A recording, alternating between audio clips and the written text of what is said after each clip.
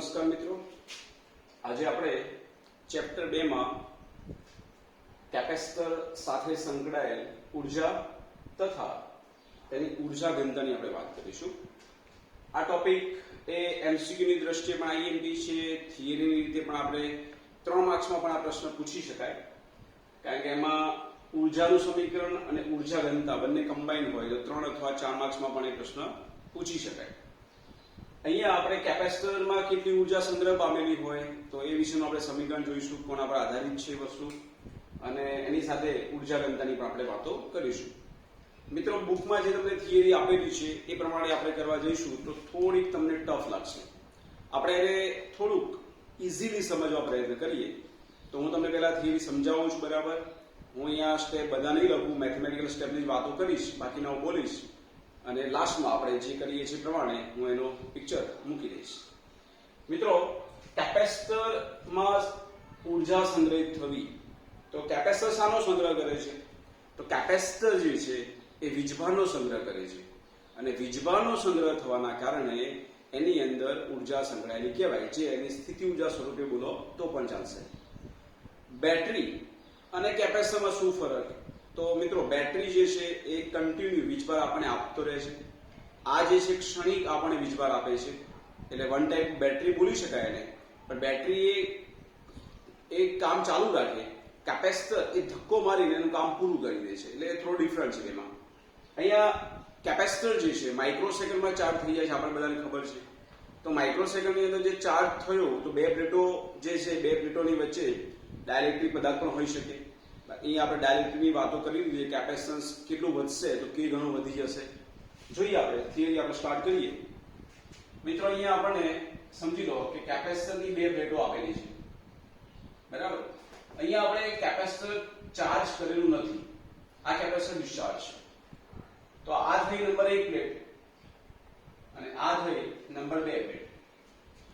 જ્યારે ચાર્જિંગ અવસ્થા આપણે બોલીએ છીએ ત્યારે લખીએ છીએ કે કેપેસિટરની નંબર 1 પ્લેટ પર ધન વીજભાર અને નંબર 2 પ્લેટ પર આપણે ઋણ વીજભાર પ્રસ્થાપિત કરેલો બોલીએ છીએ।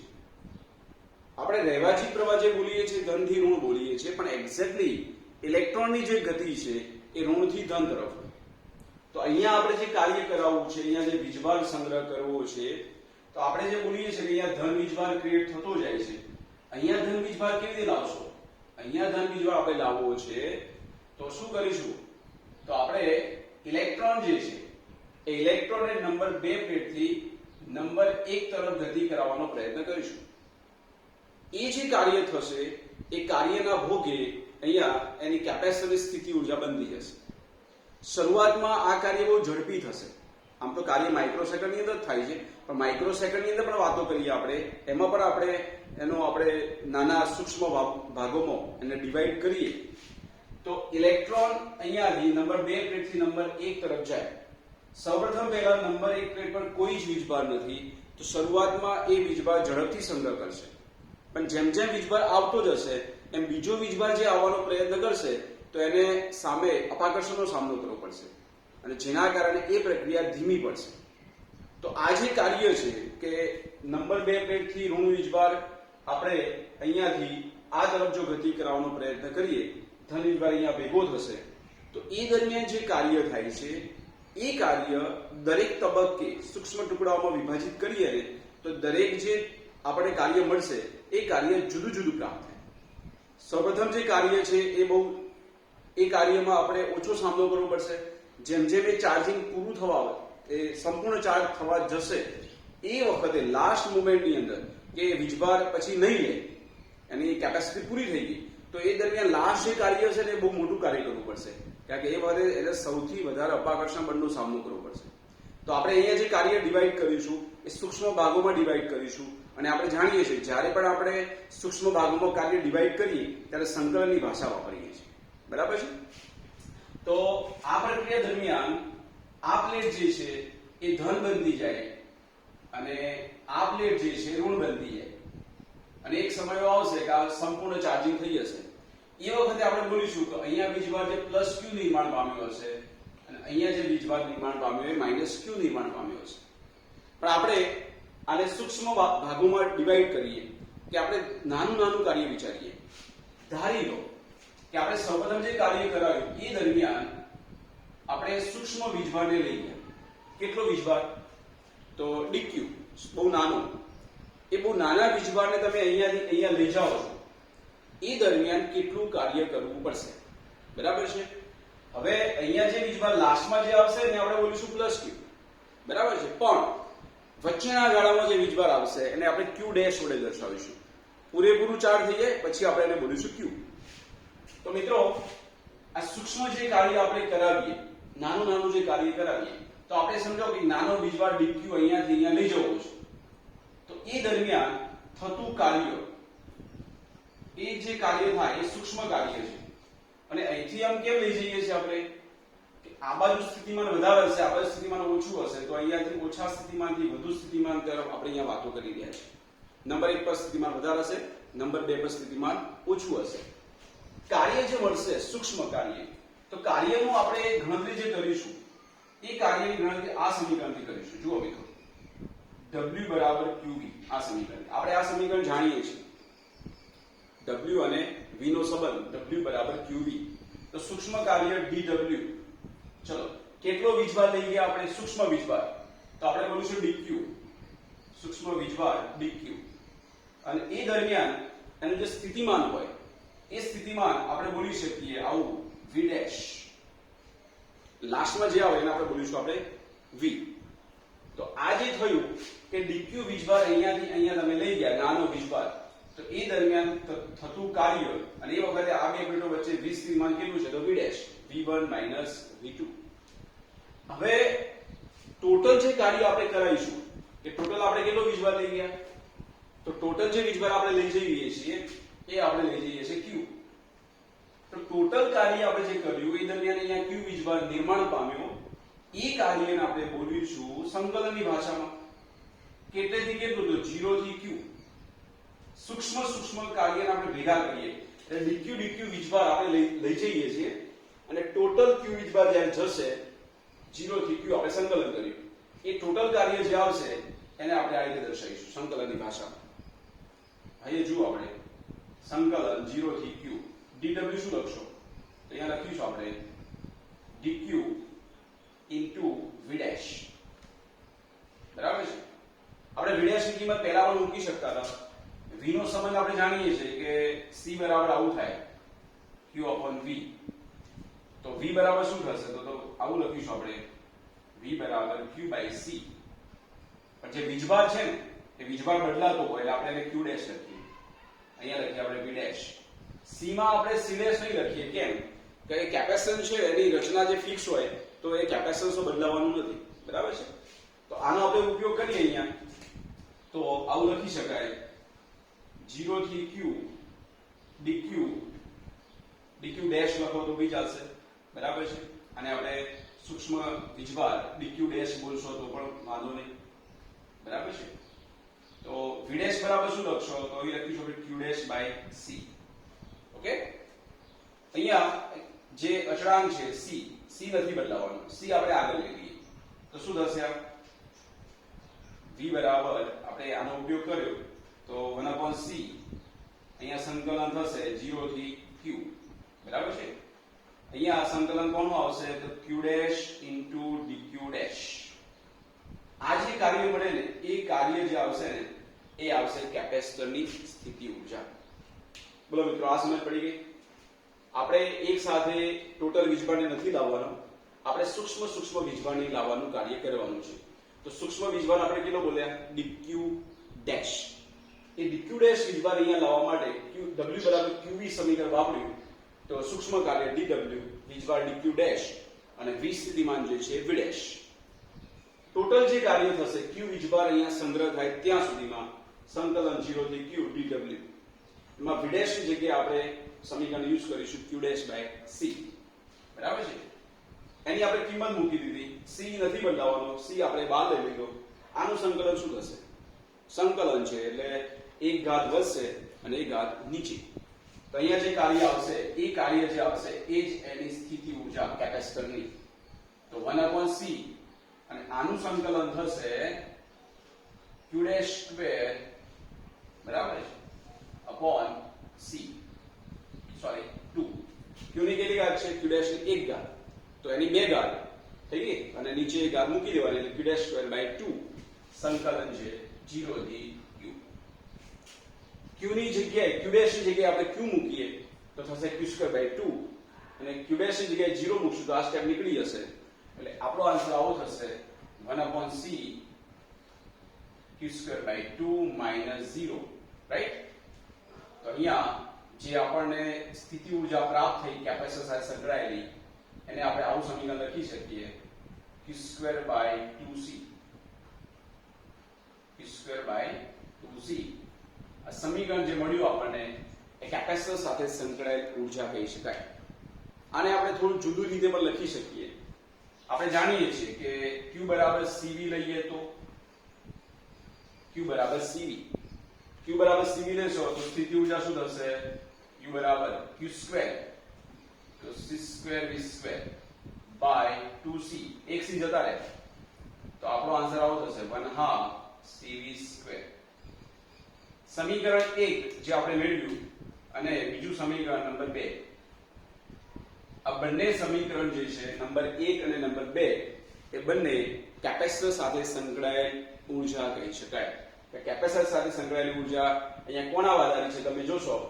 એક સમીકરણ જે છે Q અને C નો સંબંધ દર્શાવે છે અને એક સમીકરણ જે છે એ C અને V નો સંબંધ દર્શાવે છે. જેવો જો ઉપયોગ એ પ્રમાણે આપણે કામ કરીશું. આ જે વાત છે એ આ જો આટલી થિયરી પૂછાય કે કેપેસિટર સાથે સંકળાયેલ ઊર્જાનું સમીકરણ મેળવો તો આપણે આટલે સુધી એને તારીશું.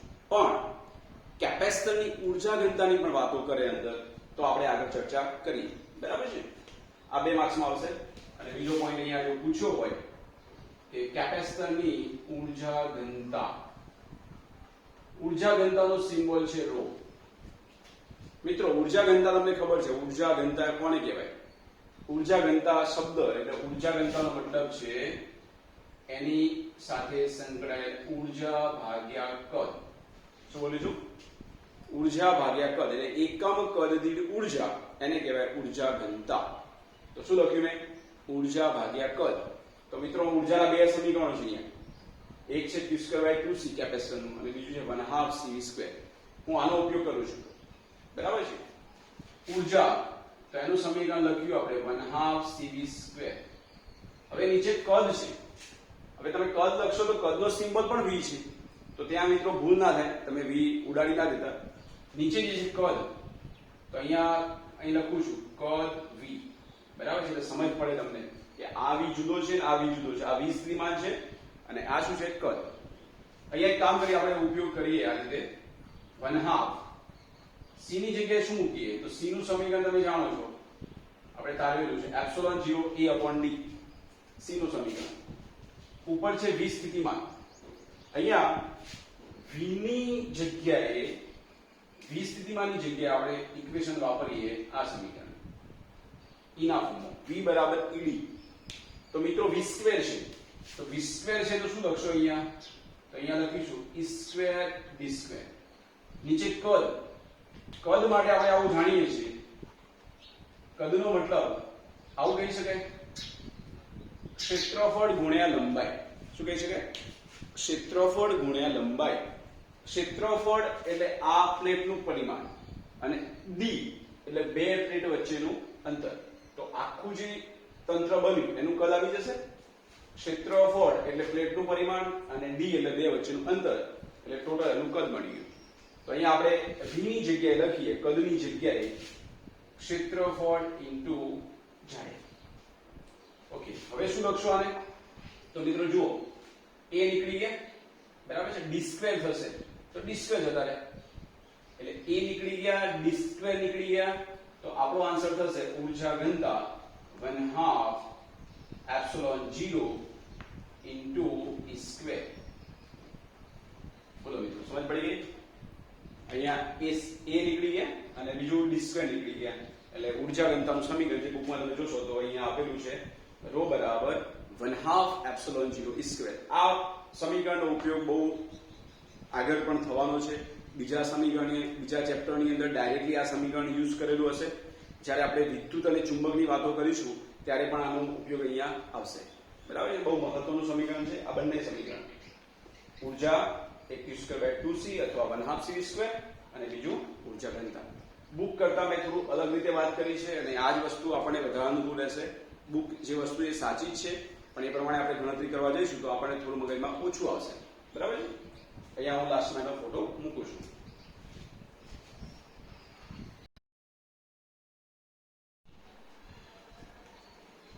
ઉદાહરણ 2.9 જે આપણે 3 માર્ક્સમાં IMP તરીકે લઈશું. આને મિત્રો આવા પ્રશ્નો અહીંયા નીટજીની એક્ઝામમાં બહુ જ કામ આવશે તમને. આમાં આપણે જે બુકમાં જે પ્રશ્ન કરેલો છે કે પહેલા તો આપણે આનું સમતુલ્ય કેપેસિટન્સ શોધવાનું છે. ટોટલ 4 કેપેસિટર આપેલા છે, 1 2 3 4. ચારે ચારની વેલ્યુ સમાન છે. ચારે ચારનું મૂલ્ય C1 is equal to C2 is equal to C3 is equal to C4. દરેકની વેલ્યુ છે 10 માઇક્રોફેરાડે. આ 4 કેપેસિટર જે આપેલા છે એને 500 વોલ્ટની બેટરી દ્વારા, ડીસી બેટરી દ્વારા અહીંયા જોડેલા છે. બરાબર છે?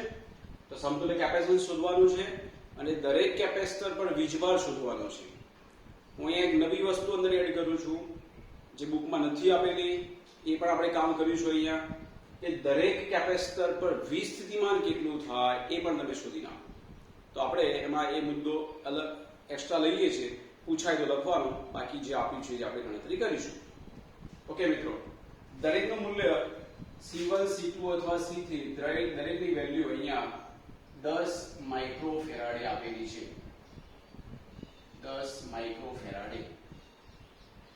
મિત્રો સૌપ્રથમ આપણે સમતુલ્ય કેપેસિટન્સની વાતો કરીએ. આ પ્રશ્ન બરાબર સમજશો ને તો આ ટાઈપનો કોઈ પણ પ્રશ્ન આવશે ને એને તમે સોલ્વ કરી શકશો. બહુ મજા આવશે તમને. મિત્રો પહેલા જોઈ લો કે કયા કેપેસિટર શ્રેણીમાં છે, કયા સમાંતરમાં.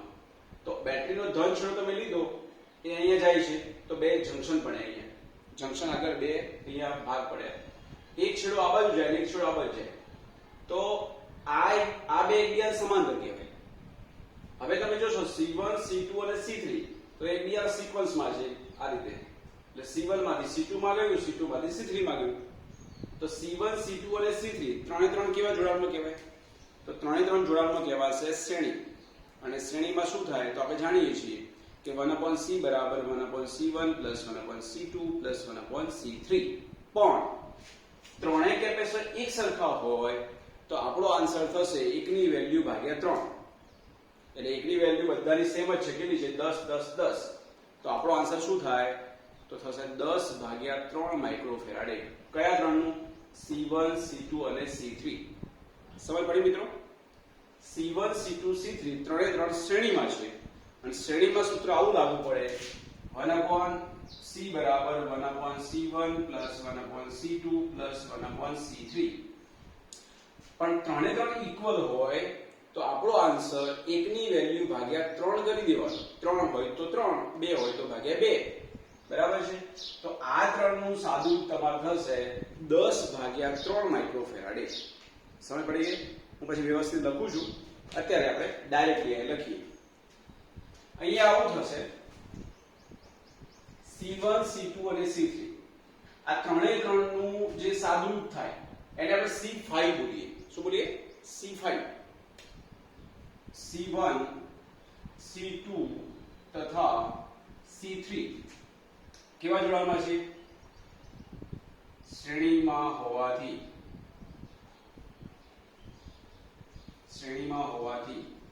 પાછા કેવા છે? સમાન મૂલ્યના. બરાબર છે? તેનું સમતુલ્ય કેપેસિટન્સ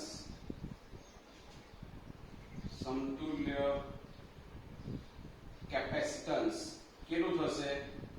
તો 10 ભાગ્યા 3 માઇક્રોફેરાડે થાય. કયા સમીકરણથી? 1/c બરાબર 1/c1 plus 1/c2 plus 1/c3.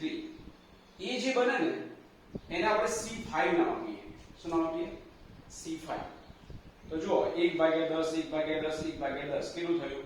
તો 3/10. એનું ઉલટું કરીને આવો શું થઈ જશે? 10/3. એટલે આના પરથી તમે ગણતરી કરશો તો આ જે મળશે ત્રણનું કોમ્બિનેશન એનો જવાબ 10/3 માઇક્રોફેરાડે થશે. તો આપણે એક બીજી આકૃતિ દોરીએ અહીંયા કે આ ત્રણનું સાદુરૂપ થયું એ જે બોલીએ એને બોલીએ આપણે C5. C5 એટલે C1 C2 C3 નું કોમ્બિનેશન.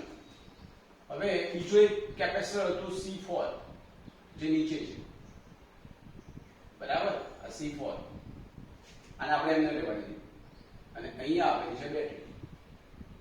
બોલો મિત્રો, આ જે ચાર હતા એનું સાદુરૂપ આ રીતે આપણે લખી શકીએ. થઈ ગઈ વાત. આ કેટલું છે C4? તો C4 ની વેલ્યુ છે 10 માઇક્રોફેરાડે. C5 એટલે ત્રણનું કોમ્બિનેશન કેટલું આવ્યું? 10 ભાગ્યા 3 માઇક્રોફેરાડે. આપણે કેલ્ક્યુલેશન કરીને બતાવશું પણ સીધું મેં તમને લખી દીધું છે અહીંયા, આ રીતે કામ થાય. હવે જુઓ અહીંયા આ બે કેવા છે બીજા સમાંતરમાં, એટલે C4 અને C5. C5 એટલે ત્રણનું જોડકું છે. C4 અને C5 એ શ્રેણીમાં છે, તો સમતુલ્ય કેપેસિટર શું થયું? તો બેનો સરવાળો એટલે C4 + C5 સમાંતરમાં સરવાળો થાય. તો C4 કેટલું 10 અને પેલું કેટલું 10 ભાગ્યા 3 એટલે ટોટલ કેટલું થશે 30 + 10 એટલે 40 ભાગ્યા 3 માઇક્રોફેરાડે. આ આવ્યું તમારે ટોટલ 4 કેપેસિટરનું સમતુલ્ય કેપેસિટન્સ, જેનો બુકમાં જવાબ લખેલો છે 13 પોઈન્ટ સમથિંગ હશે, અથવા આપણે C બરાબર 13.3 માઇક્રોફેરાડે પણ બોલી શકીએ. બોલો મિત્રો, બહુ મજાની વસ્તુ છે. આ ત્રણ શ્રેણીમાં અને ત્રણેયનું મૂલ્ય સરખું એટલે એકનું મૂલ્ય ભાગ્યા 3. 5 હોય તો એકનું મૂલ્ય ભાગ્યા 5. તો એનો જવાબ આવ્યો 10 ભાગ્યા 3. એ 3 ની જગ્યાએ આપણે લખી નાખ્યું C5. એ C4 ને કેવી રીતે જોડવામાં આવ્યા? સમાંતરમાં. સમાંતરમાં શું થાય? સરવાળો 10 + 10 ભાગ્યા 3 કેટલું થઈ ગયું? 40 ભાગ્યા 3. હવે મિત્રો એક વાત સમજી લો અહીંયા, વીજભારની ડાયરેક્ટ વાત કરીએ તો પણ કરાય અને વીજ સીમાની વાત કરીએ તો પણ કરાય. તમને એમ કહેવામાં આવે કે C4 અને C5 પર વીજ સ્થિતિમાન કેટલું? તો C4 અને C5 બંને એકબીજાને સમાંતરમાં છે. સમાંતરમાં વોલ્ટેજ વિભાજન પામતો નથી. તો અહીંયા વોલ્ટેજ કેટલા હતા?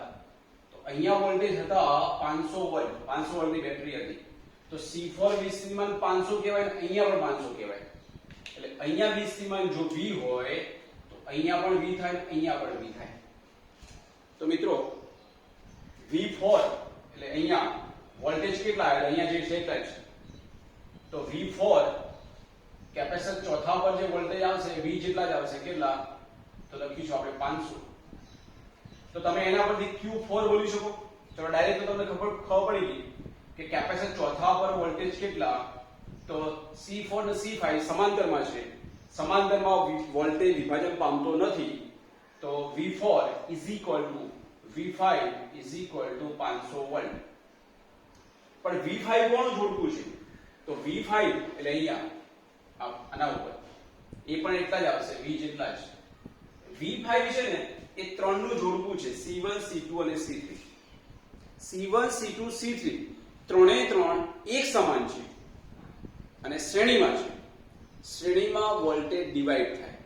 સરખા કેપેસિટર શ્રેણીમાં હોય તો વોલ્ટેજ સરખા વિભાજન પામશે.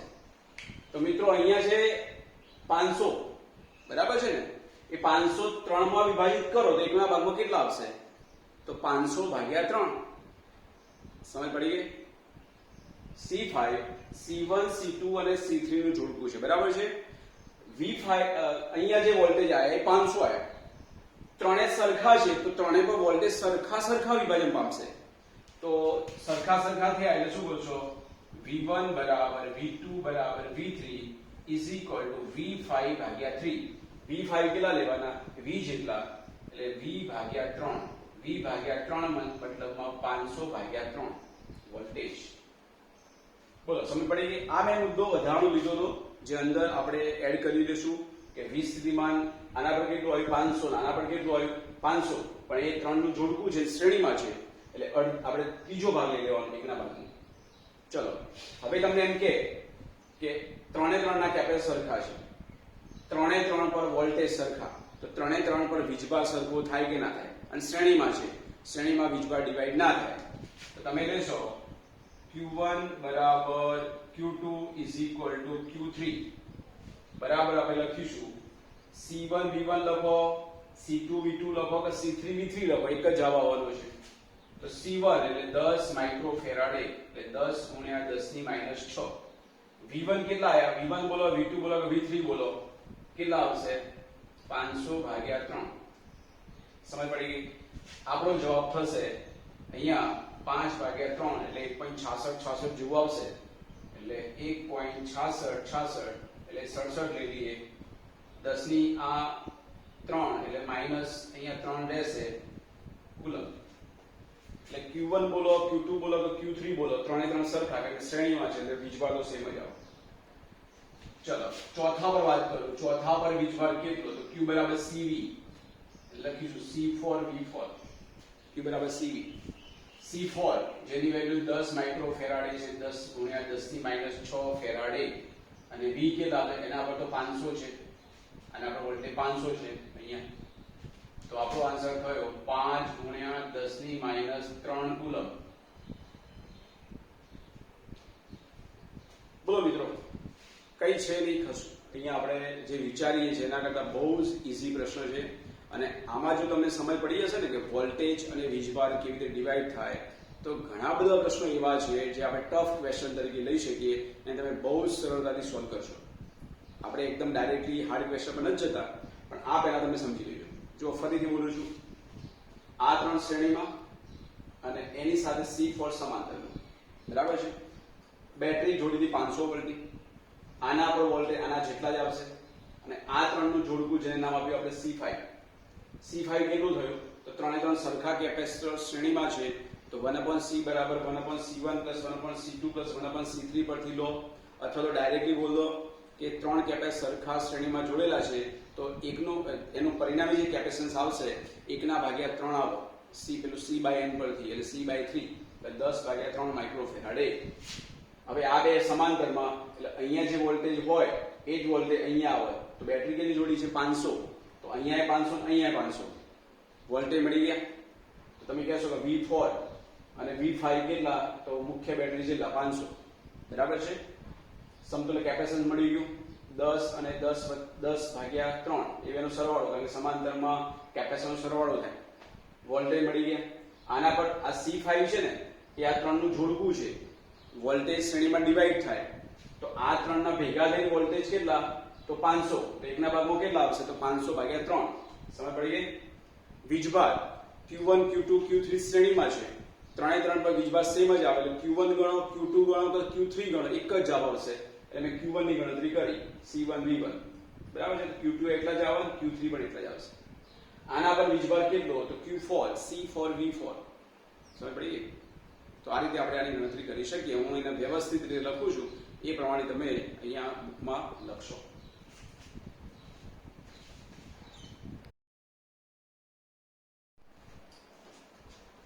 ઉદાહરણ 2.10. આ પ્રશ્ન મિત્રો MCQ માં વારંવાર પૂછાયેલો પ્રશ્ન છે. નીટ હોય, ગુજકેટ હોય, એ ટાઈપની પરીક્ષામાં લગભગ તમને આ જોવા મળશે. અને આ પ્રશ્નમાં ફેરવીને પણ એવું પૂછે છે કે આપણે થોડા કન્ફ્યુઝ થઈએ, પણ અહીંયા હું તમને સમજાવું છું. એ મુદ્દો બરાબર મગજમાં ફિટ કરી લેજો, તમે ક્યારેય પ્રશ્ન ભૂલશો નહીં. પહેલા વાત એવી કરી છે કે કેપેસિટર આપેલું છે જેનું મૂલ્ય છે 900 પિકાફેરાડે, બરાબર છે. એને આપણે એક બેટરી સાથે જોડી છે, જે બેટરીનું મૂલ્ય છે 100 વોલ્ટ. તો તમને એમ કે આની સાથે સંકળાયેલી ઉર્જા કેટલી? તો તમને C અને V આપેલા હોય તો તમે ઉર્જાનું સમીકરણ એપ્લાય કરી શકો છો. ઉર્જા 1/2 CV². આ રીતે આપણે કામ કરી શકીએ, બરાબર છે.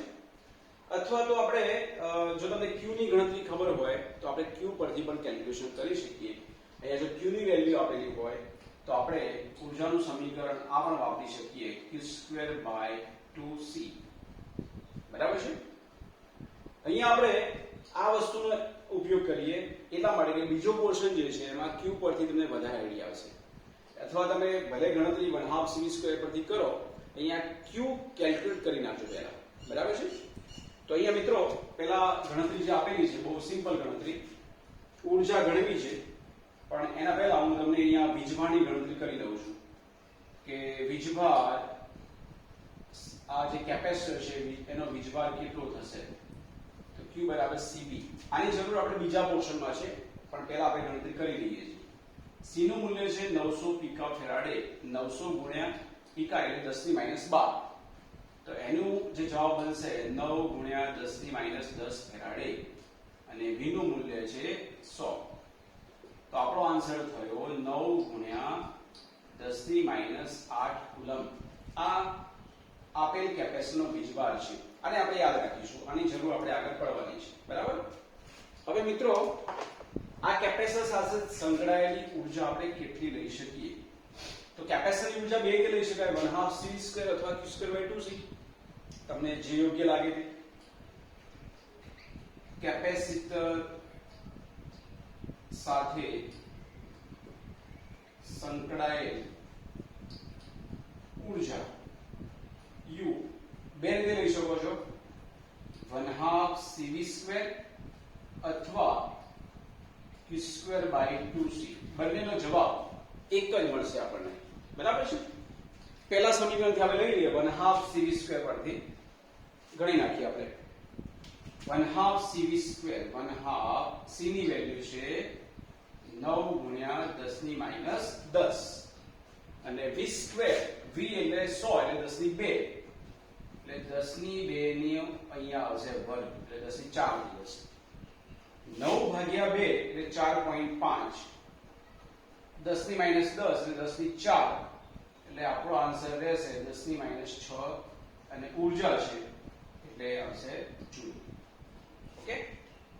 તો આ થયો પહેલો પોર્શન કે આપણે બહુ સરળતાથી ગણી નાખ્યું કે કેપેસિટર સાથે સંકળાયેલી ઊર્જા કેટલી. તો આપણો આન્સર આવ્યો 4.5 10 ની -6 જૂલ. ઓકે. હવે બીજા પ્રશ્નમાં વાત એવી કરી છે આપણને કે આ બેટરી રિમૂવ કરી દેવાની છે, બેટરી કાઢી નાખવાની છે. કેપેસિટર ચાર્જ કરેલું છે આપણી જોડે. આ કેપેસિટર ચાર્જ થઈ ગયું. હવે બેટરી રિમૂવ કરી એના જેવું જ બીજું કેપેસિટર આપણે એને સમાંતરમાં લગાવી દેવાનું છે. બરાબર છે. તો મિત્રો શું થશે? બહુ સમજવા જેવો મુદ્દો છે. બેટરી જો તમે કાઢી નાખો છો અહીંયા, બરાબર છે. ચલો આ કેપેસિટર પર વીજભાર કેટલો હતો? તો આ કેપેસિટર પર વીજભાર આપણે ધારી લીધો કેટલો હતો? Q, જે આપણે કેલ્ક્યુલેટ કરી નાખ્યું છે. અહીંયા લખીએ આપણે નેક્સ્ટ. હવે કેપેસિટર સાથે જોડેલ બેટરીને દૂર કરી તેના જેવું જ બીજું એ કેપેસિટર કેવું છે? અનચાર્જ, ચાર્જ કરેલ નથી. બીજું ચાર્જ કર્યા વગરનું, બરાબર છે, ચાર્જ કરેલ નથી, જેવું બીજું કેપેસિટર સમાંતરમાં જોડતો. આપણે એ કેપેસિટર જે ચાર્જ કરેલું છે એની સાથે બીજું એના જેવું જ પણ ચાર્જ કર્યા વગરનું કેપેસિટર સમાંતરમાં જોડો. બરાબર છે. તો આવી રચના થઈ કે આ કેપેસિટર ચાર્જ કરેલું છે. ઓકે. બીજું કેપેસિટર જે અનચાર્જ હતું, આ ચાર્જ કરેલું હતું અને અનચાર્જ હતું. તો શું થશે? તો આના પર વીજભાર કેટલો હતો? આના પર વીજભાર હતો Q. બરાબર છે. આના પર વીજભાર નહોતો એટલે Q બરાબર શું હતું? 0. હવે બંને એકબીજા સમાંતરમાં જોડ્યા. સમાંતરમાં શું થાય? તો સમાંતરમાં વીજભાર ડિવાઈડ થાય. બંને કેપેસિટર સરખા હોય તો બંને પર વીજભાર અડધો અડધો ડિવાઈડ થઈ જશે. બેટરી કાઢી નાખેલી છે, યાદ રાખજો. બરાબર છે. Q વીજભાર હતો, આના પર વીજભાર નહોતો, તો આ બંને પર વીજભારનું સરખું વિભાજન થશે. એટલે અહીંયા Q, અહીંયા 0 હતો એટલે અહીંયા Q/2 આવશે, અહીંયા પણ Q/2 આવશે. બરાબર છે. તો અહીંયા લખી નાખો મિત્રો કે કેપેસિટર સાથે જોડેલ બેટરીને દૂર કરી આ બેટરી કાઢી નાખી, તેના જેવું જ બીજું ચાર્જ કર્યા વગરનું કેપેસિટર સમાંતરમાં જોડતા આવી રચના થશે. આકૃતિ પછી દોરી દઈએ આપણે. જોડતો બંને પર વીજભાર સમાન રીતે એટલે કેટલો? Q/2 વહેંચાશે. ઓકે, એટલે આપણી રચના આવી થશે કે આ પહેલું કેપેસિટર હતું, આ બીજું કેપેસિટર હતું, આ પ્રથમ કેપેસિટર, આ બીજું કેપેસિટર, આ ચાર્જ કરેલું હતું, આ અનચાર્જ હતું, એટલે આના પર વીજભાર આવશે અડધો Q/2, આના પર પણ અડધો Q/2. હવે પ્રશ્ન તમને શું કીધો છે? પ્રશ્ન બે રીતે હોય છે. આ આખા તંત્રની ઉર્જા માંગી છે કે કેપેસિટરની ઉર્જા માંગી છે? આ રીતે એમસીક્યુ હોય છે. તમને બુકમાં આપેલું છે સમગ્ર તંત્રની ઉર્જા કેટલી. સમગ્ર તંત્ર એટલે બે કેપેસિટર, બરાબર છે? ચલો, સમગ્ર તંત્રની ઉર્જા જેને આપણે U' બોલીએ. તો મિત્રો બંનેની ઉર્જા સેમ જ આવશે ને, કારણ કે બંનેનો વીજભાર અડધો અડધો થઈ ગયો. ઓકે, ઉર્જાનું સમીકરણ છે આપણે જાણીએ છીએ કે ઉર્જા કેવી રીતે ગણાય. તો ઉર્જાનું સમીકરણ 1/2 CV² અથવા તો આપણે આ સમીકરણ લઈએ છીએ Q²/2C. આપણે આ એપ્લાય કરીશું. કેમ કે આપણે અહીંયા Q ની વાત કરી છે, તમે V ની વાત પણ કરી શકતા હતા, કોઈ ફરક નથી પડતો એનાથી. ચલો, બે કેપેસિટર છે, બંનેની ઉર્જા સરખી છે, તો આપણે બે વખત લઈ લઈશું. ઓકે, બે વખત બંનેની સેમ છે ગુણ્યા. ચલો, એકની ઉર્જા કેટલી? તો આ સમીકરણથી ગણવાનું છે. તો આનો જે વીજભાર છે એને આપણે Q' એવું નામ આપીએ. એટલે Q' કેટલા લેવાના? તો Q/2. તો આવું થશે. આના પર જે વીજભાર આવશે Q', આના પર વીજભાર એ પણ Q'. તો આવું થશે Q'²/2C. જોજો, એક કેપેસિટરની ઉર્જા કેટલી? તો એક કેપેસિટરનો વીજભાર જો Q' બોલીએ આપણે, અને Q' કેટલો લેવાનો? આપણે Q/2. તો એકની ઉર્જા આટલી બોલાય, રાઈટ ને? તો બે કેપેસિટર છે એટલે આટલી થશે. બે નીકળી ગયા એટલે આપણો આન્સર થશે Q' ની જગ્યાએ શું મૂકશો? તો Q' ની જગ્યાએ આપણે મૂકીશું Q/2. એટલે Q/2² / 2C. એટલે આપણે Q' ની જગ્યાએ આપણે અહીંયા મૂક્યું Q/2, રાઈટ? ઓકે, આ બે નીકળી ગયા. ચલો, આ બે નીકળી ગયા. તો આપણો આન્સર શું થયો? તો આપણો આન્સર થયો Q² આ 4 થશે ને, Q²/4C.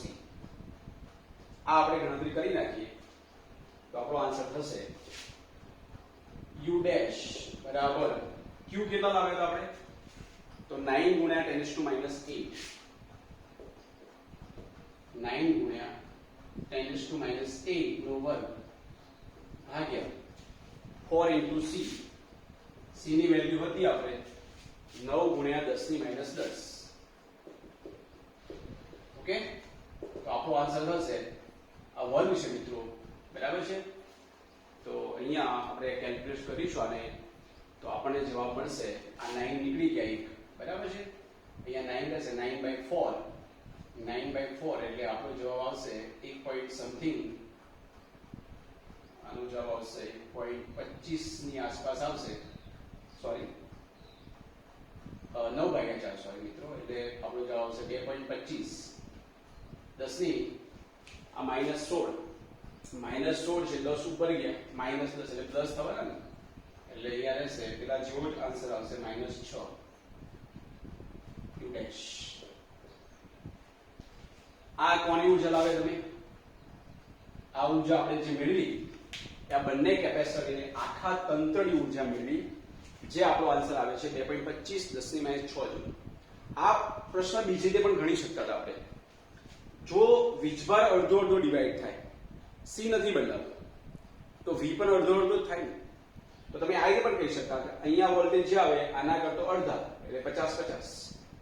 તો V/2 લેતા તો એ સમીકરણ શું વાપરતા? U બરાબર 1/2 CV², અને V ની જગ્યાએ શું લખતા? V/2. તો બી આપણો આન્સર એ જ આપતો.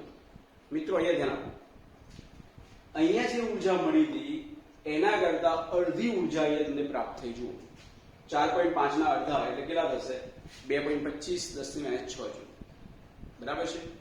જો આ પ્રશ્નમાં એવું કીધું હોત કે કોઈ એક કેપેસિટરની ઉર્જા કેટલી થાય, તો તમે બે ના લેતા, એકની જ વાત કરતા, તો આપણો આન્સર આનો પણ અડધો થઈ ગયો. તો આનો અડધો એટલે કેટલો આવતો? તો 1.125 10⁻6. આ કયા ભાગનો છે? તો પહેલા જે ઉર્જા હતી એના અડધી થઈ ગઈ. એટલે એમસીક્યુ આ ટાઈપનો પૂછાય છે કે એક કેપેસિટર ચાર્જ કરેલું છે, બેટરી રિમૂવ કરી, બેટરી દૂર કરી બીજું કેપેસિટર અનચાર્જ એની સાથે સમાંતરમાં જોડી દેવામાં આવે તો સમગ્ર તંત્રની ઉર્જા કેટલી થશે? તો સમગ્ર તંત્રની ઉર્જા પહેલા જે મળે એના કરતા અડધી થઈ જાય.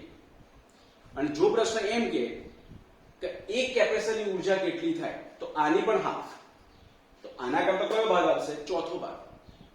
તો જો અહીં પ્રશ્ન માંગ્યો છે તંત્રની તો અડધી, અને એક જ કેપેસિટરની કે તો બે નહીં લેવાના, તો આપણો જવાબ એનો અડધો એટલે ચોથા ભાગની ઉર્જા થઈ જાય. આ એમસીક્યુ તરીકે બહુ જ ઇમ્પોર્ટન્ટ મુદ્દો છે, નોટ કરી નાખજો. ઓકે, આમાં તમે આ રીતે લખશો તો પણ અહીંયા ચાલશે, એટલે હું ફરી અહીંયા લખતો નથી.